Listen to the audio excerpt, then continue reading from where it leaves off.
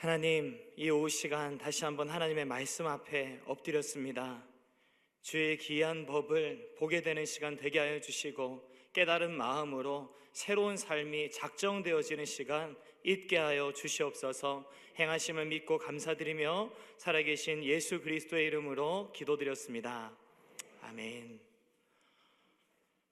우리 지난 직분자 수련회 때요, 우리가 표어로 내걸었던 것이 있습니다. 바로 first in, last out 해서 내가 먼저 그리고 마지막까지, 이런 의미의 표가 있었는데요, 이러한 구호를 모토로 삼고 있는 군대 병과가 있는 걸 아십니까? 바로 공병입니다. 공병대는요, 전장에 가장 먼저 도착해서 아군이 원활하게 그곳에 침투할 수 있도록 강에 다리를 놓기도 하고요, 그런가 하면 길목에 여러 가지 있는 장애물들을 제거하기도 하고요, 그런가 하면 함정을 메우기도 합니다. 그런가 하면 전투가 끝나고 나서는요, 폐허가 된 그 장소를 신속히 정리하고 아군들 전체가 안전하게 빠져나갈 수 있도록 그렇게 만들어 준 다음에 가장 늦게 전장을 떠납니다. 그러니까 얼마나 공병의 임무가 중요하고 그리고 그들의 임무가 또한 고되겠습니까? 오늘 교회학교 선생님들도요, 이 교회 안에서 같은 임무, 같은 역할을 수행하고 있음을 보게 되는데요, 아이들이 오기 전에 가장 먼저 오셔서 각 부서 예배를 준비합니다. 다 같이 교사들이 함께 모여서 기도하고요, 주보도 접고 당일에 치르게 될 다양한 사역들에 대해서 점검을 합니다. 그리고 많은 아이들을 어떻게든 예배 현장으로 달려오게 하려고 독려하고 애를 쓰고 있습니다. 이뿐이 아닙니다. 모든 선생님들이 대체적으로 보면 부서 예배 끝난 이후에 집으로 돌아가시는 것이 아니라 다른 모임에서 또 다양한 모습으로 섬기시는데요, 이렇게 여러 위치에서 수고와 헌신을 이어나가시다 보니까 지친다고 느껴지는 순간들이 잦을 수밖에 없는데요, 오늘 우리가 함께 읽은 이 본문에 등장하는 예수님과 제자들의 상황도 사실 별반 다르지 않았습니다.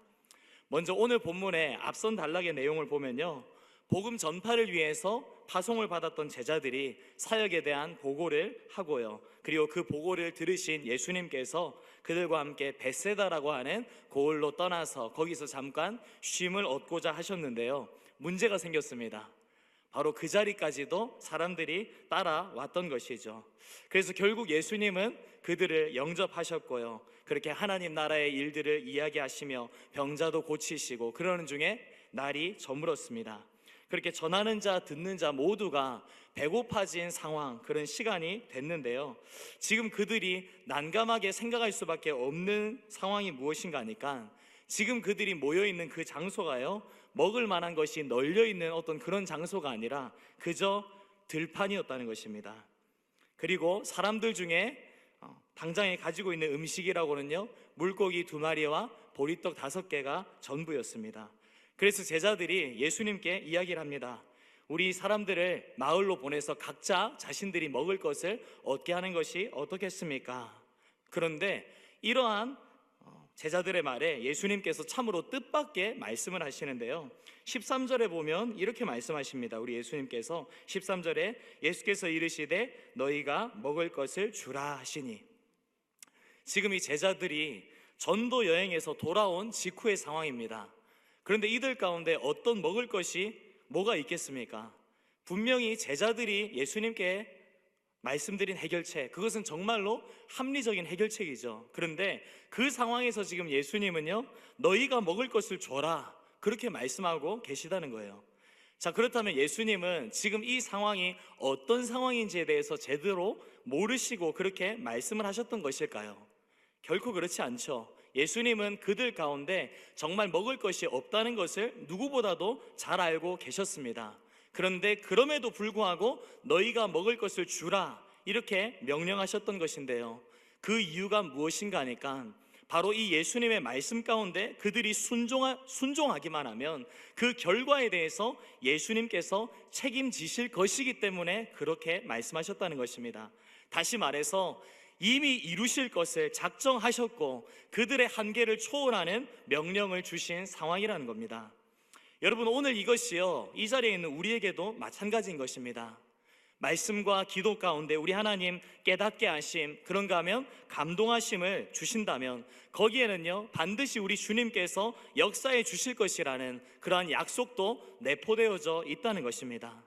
다만 그것을 믿음으로 받아서 순종할 수 있느냐 없느냐가 우리의 몫인 것이고요, 결국 그 모든 상황을 통해서 우리 하나님 원하시는 것은요, 그 시간 그 과정 중에 많은 사람들이 하나님 역사에 동참케 되어서 그 역사를 통해 이루어지게 될 하나님의 영광을 함께 누리도록 함의 목적을 갖고 계시다는 것입니다.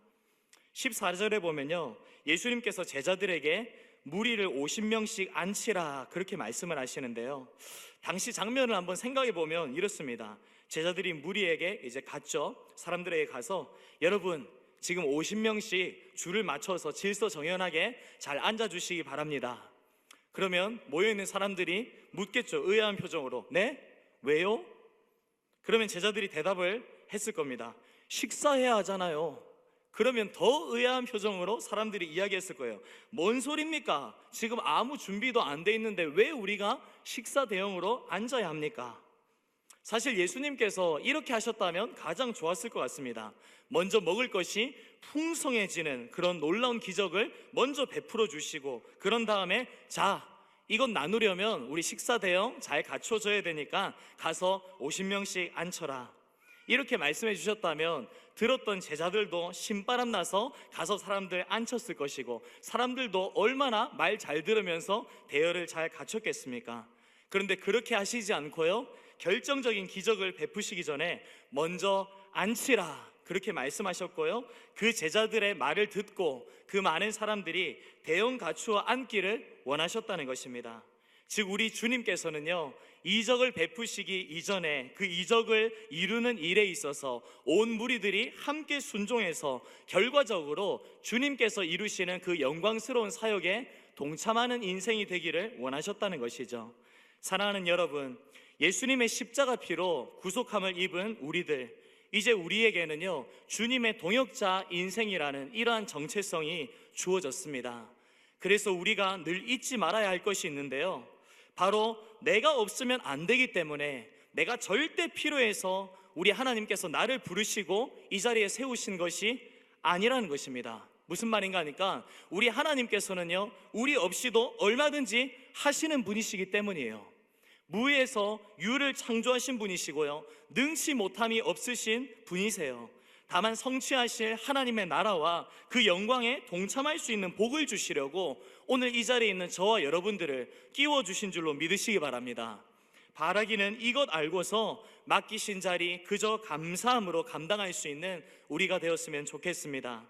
오늘 우리가 그런 마음 자세로 이 땅 가운데서 복음을 증거해야 되겠는데요, 안타까운 현실은 어떤 것이 있는가 하니까 이 복음에 대해서 오해하며 잘못 접근하고 있는 오늘날의 사람들이 참 많다는 것입니다. 그들은 대체적으로 이 복음에 대해서요 세상이 흔히 추구하고 있는 물질 번영과 똑같은 것으로 여길 때가 있습니다.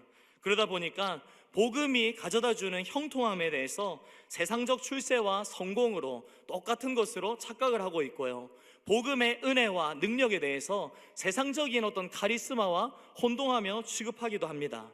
그러다 보니까 자연스럽게 물질 성공, 세상 출세 이런 것을 은혜의 척도와 표지로 삼는 그런 잘못을 범하기도 하는 것인데요, 물론 이러한 것이 하나님의 허락하심 가운데 우리에게 분명 주어질 수 있습니다, 부차적으로. 그런데 엄밀히 말해서 이것이 하나님의 말씀, 성경이 우리에게 알려주고 있는 복음의 핵심은 아니라는 것이죠. 자, 그렇다면 복음의 핵심 무엇일까요?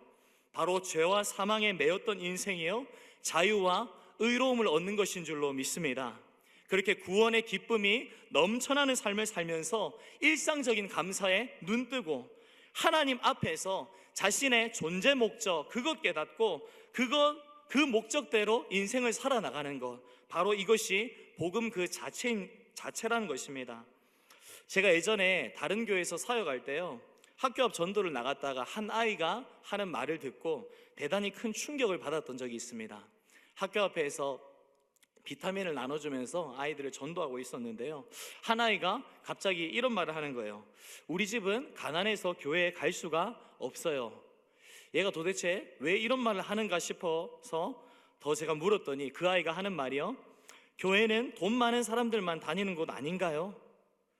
충격이었습니다. 도대체 그 아이는 교회에 대해서 이제껏 어떻게 들었길래, 그런가 하면 교회에 다니고 있는 사람에 대해서 어떻게 들었고 어떻게 보았길래 그렇게 알고 있는 것일까? 도대체 오늘날 교회를 다니고 있는 사람들은 세상 가운데 어떤 모습으로 비춰지고 있는 것일까? 오늘 18절 이하를 보면요, 이 복음이라는 것에 대해서 바르게 접근하기 위한 첫 단계가 제시되는데요, 바로 예수님을 어떻게 고백하는가 하는 문제입니다. 18절에 우리 예수님께서는 제자들에게 물으십니다. 무리가 나를 누구라 하느냐? 그러자 제자들이요, 사람들에게 들었던 이런저런 이야기들을 합니다. 세례 요한이라고도 합니다. 그리고 엘리야라고도 하고 옛 선지자들 중에 하나라고 합니다. 여기서 지금 세례 요한이라고 된 것은요, 예수님께서 세례 요한이 환생해서 그렇게 나타난 것이라는 미신적 사고에서 기인했던 것이고요, 그런가 하면 엘리야라고 한 것은 예수님께서 베푸셨던 그 어떤 능력이 엘리야와 유사하다는 판단에서 그러했습니다. 그런가 하면 선지자 중에 하나라고 했는데요, 복음 선포와 같은 예수님께서 감당하셨던 그 사역적인 성격 때문에 사람들이 이렇게 판단을 하고 있었다는 것입니다. 아무튼 사람들은 예수님에 대해서 제대로 알지 못한 채요 추측하며 오해하고 있었던 상황입니다. 그런데 이것이 오늘날도 사실상 마찬가지입니다. 어떤 이들은 예수님에 대해서요 종교 창시자라고 이야기를 하는 경우도 있죠. 그런가 하면 선한 사람, 그런가 하면 어떤 사상가, 해방가, 이 정도로 평가를 한다는 것입니다. 물론 그들이 내리고 있는 평가 자체가요 완벽히 다 틀렸다고 볼 수는 없을 것입니다. 분명히 어떤 측면으로는 맞는 평가라는 것이죠. 그런데 문제는 한 측면을 그들이 전부로 착각한 것일 뿐, 그것이 본질을 건드리는, 본질을 바르게 파악한 평가가 아니라는 것입니다. 자, 그렇다면 정확한 평가는 무엇일까요? 바로 20절에 나타나는 베드로의 고백처럼 하나님의 그리스도 신이다, 이것입니다. 이 고백 간단히 말하자면요, 예수님께서 우리를 죄와 사망에서 구원하시기 위해 이 땅에 보내지신 메시아 구원자시라는 그 고백인 것입니다. 오늘 이 자리에 예배드리고 있는 저와 여러분들에게 있어서요 이 고백이 결코 어색하지 않습니다. 너무나도 친숙하죠. 그런데 우리의 문제가 무엇입니까? 이 고백이 우리의 입술에는 너무나도 자연스럽게 담겨져 있는데 삶으로 제대로 확장되지 못하는 순간들이 너무나도 많다는 것입니다. 그런가 하면 혹은 지식적으로, 교리적으로 머릿속에만 머무는 것에서 그칠 때가 참 많다는 것이죠. 그리고 결국 그렇게 이 세상 가운데 비춰지고 있는 우리의 모습들이요 세상으로 하여금 그리스도에 대해서 오해하도록 만드는데 한편 일조하고 있다는 것입니다. 예수님을 메시아로 인정하고 영접한 사람, 그들에 대해서요 그리스도인이라고 합니다. 이것이 헬라어로 크리스티아노스라고 하는데요, 이 의미인즉 그리스도에게 속한 이 뜻입니다. 즉 그리스도를 믿고 구주로 고백하고 영접했기 때문에 이제는 그리스도의 소유가 된 사람이라는 것입니다. 예수님께서 이러한 그리스도인들의 삶의 태도의 정수가 무엇인지도 알려주고 계시는데요, 우리 23절의 말씀을 한번 같이 읽어보겠습니다. 앞에 스크린 보시고요, 시작. 또 무리에게 이르시되 아무든지 나를 따라오려거든 자기를 부인하고 날마다 제 십자가를 지고 나를 따를 것이니라. 아멘. 예수님을 주로 믿고 고백하는 인생들이 진정 갖추어야 할 요소 세 가지로 우리가 헤아려 볼 수 있는데요, 첫 번째로 자기 부인이라는 것입니다. 옛자의 본성이라고 하는 것, 이것을 날마다 쳐서 복종시켜야 한다는 거예요. 그리고 자기 십자가를 져야 한다는 겁니다. 인생을 부르시고 각자 인생 가운데 허락하신 그 거룩한 사명, 그것을 위한 각자의 희생과 노력을 끊임없이 이어나갈 것을 또한 말씀하고 계시다는 거죠. 그리고 마지막으로 예수님을 따르는 것, 우리 예수님의 말씀이 뭐라고 하시는지 그 말씀을 듣고 순종하며 또한 예수님께서 친히 앞서 보여주신 그 모범을 쫓아서 우리도 그렇게 따라오라 말씀하고 계시다는 거예요. 근데 문제는 이것이 우리에게 너무나도 쉽지가 않다는 것입니다. 참으로 어렵고요, 이러한 구절 앞에서 아멘 함부로 했다가 함부로 막 이렇게 결단을 했다가는 내 인생 뭔가 이렇게 고생길 시작되지 않을까, 막 이런 이상한 생각도 할 때가 있죠, 우리가. 그런데 그런 고민을 안고 여러 가지 이 말씀 앞에서 인간적으로 재고 있는 우리에게 우리 주님은요, 대단히 역설적인 말씀을 하세요. 우리 함께 24절의 말씀을 같이 읽어보겠습니다. 24절입니다. 시작. 누구든지 제 목숨을 구원하고자 하면 잃을 것이요, 누구든지 나를 위하여 제 목숨을 잃으면 구원하리라. 사랑하는 여러분, 우리 주님께서요, 오늘 이 자리에 있는 저와 여러분들을 향해서 주고 계시는 약속인 것입니다. 오늘 우리를 향해서 이렇게 약속하고 계시는 거예요. 이 세상 살아가면서 그저 목숨 하나 잘 부지해 보려고 목숨에 집착하는 그 정도 인생 되지 마라. 예수 안에 새 생명 얻은 너네들 위해서 내가 이미 너네 인생에 필요한 모든 것 다 준비해 놨다. 그러니까 겨우 세상 사람들처럼 목숨 부지하면서 조금 더 잘 살아보고자 하는 그런 수준으로 살지 말고 하나님 나라와 영광을 위해서 다른 박질해라. 내가 그러면 책임지겠다. 이 말씀을 하고 계시다는 것입니다. 사랑하는 여러분, 오늘 이러한 주님의 초청 앞에요, 대단한 각오와 결단을 가진 앞선 세대가 필요합니다. 그리고 그 각오로요, 다음 세대를 절대로 잃어버리지 않겠다, 그렇게 마음을 먹을 수 있는 주님의 교사들이 필요한 것입니다. 그리고 이런 각오와 결단을 지닌 참 제자들의 삶을 우리 주님께서는요, 상상 못할 놀라운 방법으로 채우시고 인도하실 줄로 믿습니다. 여러분, 오늘 우리가 마주한 현실은요, 정말로 암담하기 그지없습니다. 정말로 빈들이고요, 무리가 많이 모여 있기는 한 것 같은데 정작 그들이 먹을 것이 없는 것만 같은 그런 암담한 상황, 그렇죠? 그것이 바로 우리의 사역적인 상황입니다. 그런데 우리가 그런 상황 마주한다 할지라도 잊지 말아야 될 건 무엇이겠습니까? 바로 그 빈들 가운데 우리의 주님께서 함께하고 계시다는 것입니다. 우리의 형편, 우리의 두 손, 우리의 주머니가 아무리 빈들의 상황과 같다 할지라도 하나님께서 우리에게 허락하여 주시는 이 말씀 가운데, 그런가 하면 거룩한 감동 가운데 믿음으로만 반응할 수 있다면 우리는요, 5,000명이 먹고도 남음 있게 하여 주시는 예수님이 책임져 주시는 그 역사의 현장에 주인공이 되게 될 줄로 믿습니다. 바라기는 오늘 교사 헌신 예배를 드리는 저와 여러분들에게요, 온전한 제자의 태도가 무엇인지 다시금 확신하면서 깨닫는 은혜가 있기를 원합니다.